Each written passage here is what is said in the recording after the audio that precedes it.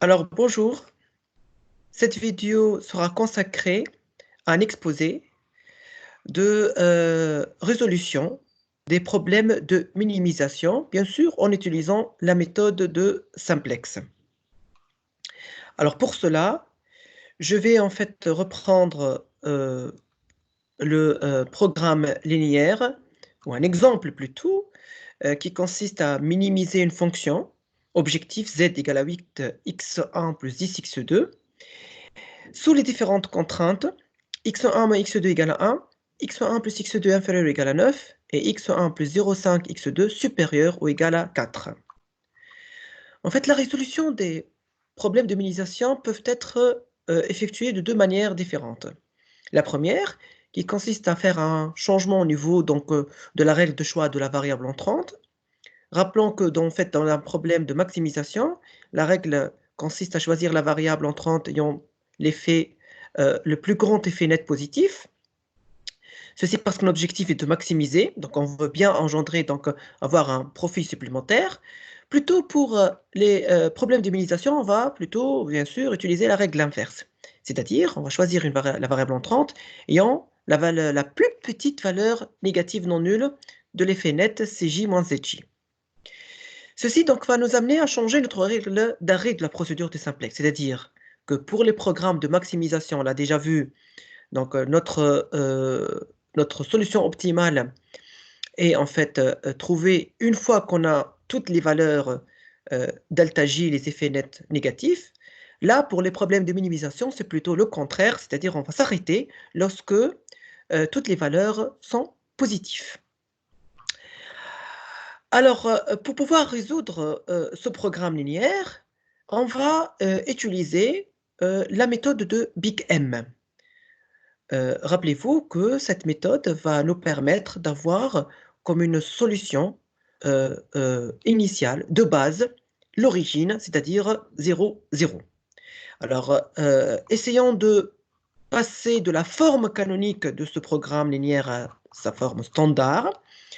Donc, la première contrainte, étant donné qu'elle est de type, donc elle est en fait elle est égale, c'est-à-dire on ne va pas ajouter de variable d'écart, on a uniquement une variable artificielle.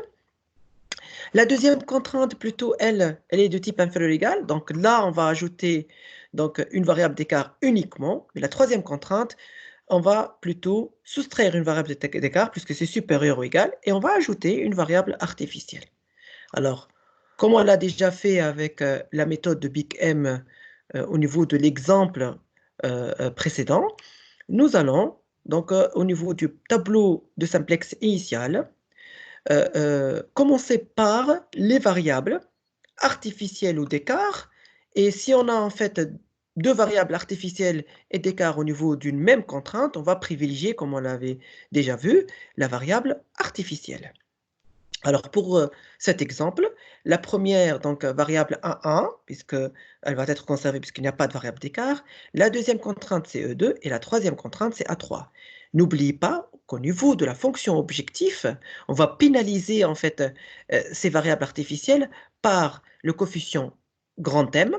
Et étant donné qu'on a une fonction à minimiser, dans ce cas-là, en fait, on va plutôt attribuer un signe positif à ces différentes variables artificielles de type plus, comme vous le voyez ici.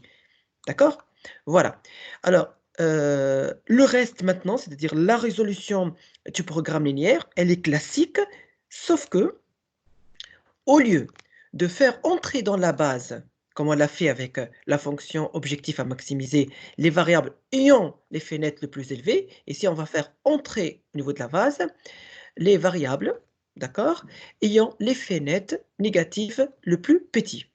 Bon, alors dans cet exemple, on peut remarquer que l'effet net, c'est 8 moins 2m pour x1, 10 plus 0,5m pour x2, donc c'est quelque chose qui est positif. Ici, donc c'est 0, ici c'est m, donc on n'a pas le choix. C'est la seule variable qui peut entrer au niveau de la base, ce n'est autre que x1. La variable sortante, donc c'est le min entre 1 sur 1, c'est 1, 9 sur 1, c'est 9, 4 sur 1, c'est 4, donc le min, c'est plutôt 1. Donc la variable sortante, et heureusement, c'est 1, parce que rappelez-vous, au niveau de la méthode de Big M, on veut faire chasser de la base les variables artificielles le plus tôt possible. Donc, on ne veut pas avoir au niveau de la base des variables artificielles. Alors, après 3 itérations, donc, vous pouvez faire les autres itérations vous-même pour pouvoir en fait donc, se familiariser avec cette méthode de Big M. Alors, on obtient ce tableau donc, final. Comme vous pouvez le remarquer, on n'a plus les variables artificielles au niveau de la base, on les a chassées à 1 et à 3. On a donc comme solution optimale ici, pourquoi donc on n'a plus de variables qui peuvent entrer au niveau de la base parce que toutes les valeurs, comme vous remarquez ici, sont positives, d'accord? Ou bien sûr supérieures ou égales à 0. Donc la variable donc, ou la solution optimale n'est autre que x1 égale à 3, x2 égale à 2, e2 donc, qui persiste au niveau de la base, ce n'est pas un problème, c'est une variable d'écart donc qui est égale à 4, et z égale à 44. Ça, c'est au niveau donc de la première méthode de résolution d'un programme de minimisation. La deuxième méthode, maintenant, consiste en fait à diviser, on va dire, la résolution en 2 phases. La première phase, donc, qui consiste à plutôt de résoudre le problème de minimisation, on va résoudre plutôt un problème de type maximiser moins Cx. Et on fait en fait, on applique la même méthode de résolution, c'est comme si on a en fait un programme à maximiser. D'accord? Alors, je vais plutôt maintenant mettre l'accent sur cette méthode en 2 phases, qui est aussi une méthode très intéressante, qui, par rapport à la méthode de Big M, elle est aussi très utilisée et surtout au niveau donc, de la résolution des programmes linéaires par les programmes informatiques, elle est en fait la plus simple et la plus en fait utilisée. Donc, au lieu maintenant d'affecter ou d'ajouter donc une variable, plutôt d'affecter des coefficients de type m aux variables artificielles, on va voir que cette méthode en 2 phases consiste, dans une première phase, à annuler tout d'abord toutes les variables artificielles, d'accord? En utilisant une fonction objectif artificielle, c'est-à-dire on va maintenant définir une autre fonction objectif, et puis donc au niveau de la phase 2, on va reprendre la fonction objectif initiale. Mais essayons de plutôt revoir cette méthode au niveau du même exemple que nous avons traité tout à l'heure, c'est-à-dire l'exemple de minimiser 8x1 plus 10x2 sous les 3 contraintes x1 moins x2 égale à 1, x1 plus x2 inférieur ou égal à 9 et x1 plus 0,5 x2 supérieur ou égal à 4. Alors la phase 1 consiste à faire quoi? Donc nous avons ici 2 variables artificielles au niveau de la première contrainte et la dernière contrainte, d'accord? Donc c'est A1 et A3. Donc la phase 1 consiste à définir une autre fonction objectif qui n'est autre que minimiser donc une fonction f A1 plus A3, puisque nous, on veut bien donc faire sortir de la base donc ces 2 variables artificielles.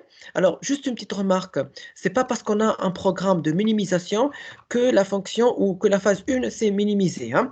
Donc c'est plutôt on veut bien, je répète, on veut bien minimiser ces valeurs-là, c'est-à-dire ces valeurs des variables artificielles, et surtout de les faire chasser de la base. Alors, le programme, donc, il prend la forme suivante. Donc, toujours, on a A1 au niveau de la première ligne, E2 et A3, sauf que ici, regardez bien, on n'a plus le M, comme on l'a vu tout à l'heure, mais plutôt on a les coefficients de A1 et A3 au niveau de la fonction objectif F ici, c'est-à-dire 1 et 1. D'accord? Ensuite, le reste, c'est pratiquement la même chose, c'est-à-dire on essaie de résoudre de la même façon, mais sauf ici que puisqu'il s'agit d'une fonction min, d'accord? Donc on choisit les valeurs négatives les plus petites. Et si on n'a pas le choix, la seule valeur négative, c'est moins 2, donc c'est qui correspond à la variable x1, c'est elle qui va en fait entrer de la base, et la variable qui va sortir de la base n'est autre que A1. Le pivot est égal à 1 ici. D'accord? Donc la deuxième itération donc, va nous donner donc, comme variable entrante plutôt x2, puisque c'est elle qui a l'effet net négatif, la seule d'ailleurs, et la variable qui va sortir, heureusement, c'est toujours donc, une variable artificielle et qui est A3. Donc finalement, on obtient donc ce tableau dans lequel on peut remarquer que f, regardez la fonction objectif f, donc, qui est en train de diminuer f égale à 5, f égale à 3 et f égale à 0. Eh ben, très bien, là, on a bien f égale à 0. C'est-à-dire que les variables artificielles ne se retrouvent plus au niveau de la base. À partir de là, on passe donc à la phase 2. La phase 2 qui consiste à reprendre notre fonction objectif qui est minimisée 8x1 plus 10x2, d'accord? C'est-à-dire ici au niveau de la base, tout à l'heure, donc, au niveau de cette solution optimale, on a fait x1, x2, mais qui sont affectées d'un coefficient égal à 0. Maintenant, elles sont affectées de leur coefficient initial au niveau de la fonction objective, qui ne sont autres pour x1, 8, et pour x2, 10. Et on essaie de revoir si on a ici donc des effets nets négatifs puisqu'on a 1000. Alors, ce qu'on peut remarquer ici, donc on n'a pas des effets nets négatifs, donc c'est la solution optimale qu'on cherche, et c'est ce qu'on avait trouvé avec la méthode donc, de Big M. Voilà, donc on remarque bien que cette méthode dans deux phases et la méthode de Big M nous donne en fait le même résultat, bien sûr, qui est la solution optimale, le dernier tableau de simplex.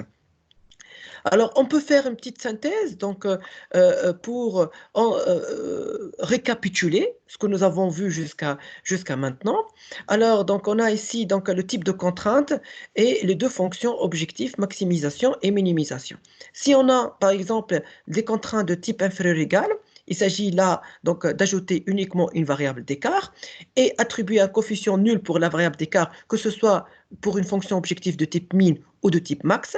Si maintenant on a en fait des inégalités de type égalité, égale, comme ça, donc alors dans ce cas-là, on va ajouter une variable artificielle. Alors, si pour la méthode de Big M, on va attribuer donc un coefficient moins m pour la variable artificielle, si on a en fait une fonction objectif à maximiser, et puis un coefficient m positif si on a une fonction objectif à minimiser.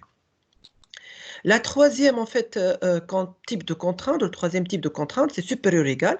Dans ce cas-là, on va ajouter aussi bien une variable artificielle, mais on va soustraire une variable d'écart. Donc, comme d'habitude, la variable d'écart, elle sera affectée d'un coefficient nul, donc que ce soit maximisé ou minimisé, et puis bien sûr, moins m pour max et m pour min.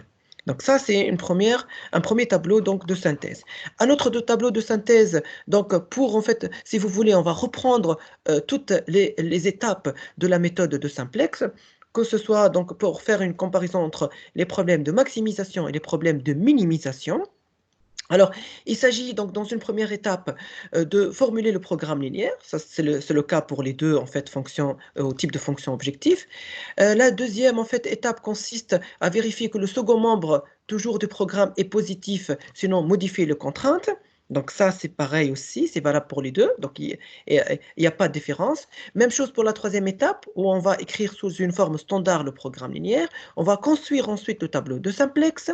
La cinquième étape consiste, alors là, il y a une différence, pour les programmes de maximisation, il s'agit de choisir donc, la variable entrante qui admet le plus grand effet net positif. Pour les programmes de minimisation, il s'agit là de choisir la variable entrante ayant l'effet net négatif, mais le plus petit. Hein. Sixième étape, donc choisir la variable sortante, c'est pareil, ayant donc le plus petit ratio supérieur à 0. Le pivot, il est le même en utilisant la règle pivot, que ce soit maximisé ou minimisé.